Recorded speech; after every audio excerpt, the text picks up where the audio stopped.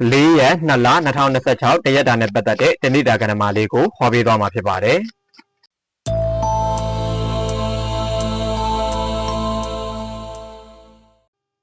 ပညာရေးကံကောင်းနေတတ်တယ်။ဆရာကောင်းသမားကောင်းကိုစီးပူးခွင့်ရရှိမယ်။ငွေကုန်ကြေးကျများတတ်တယ်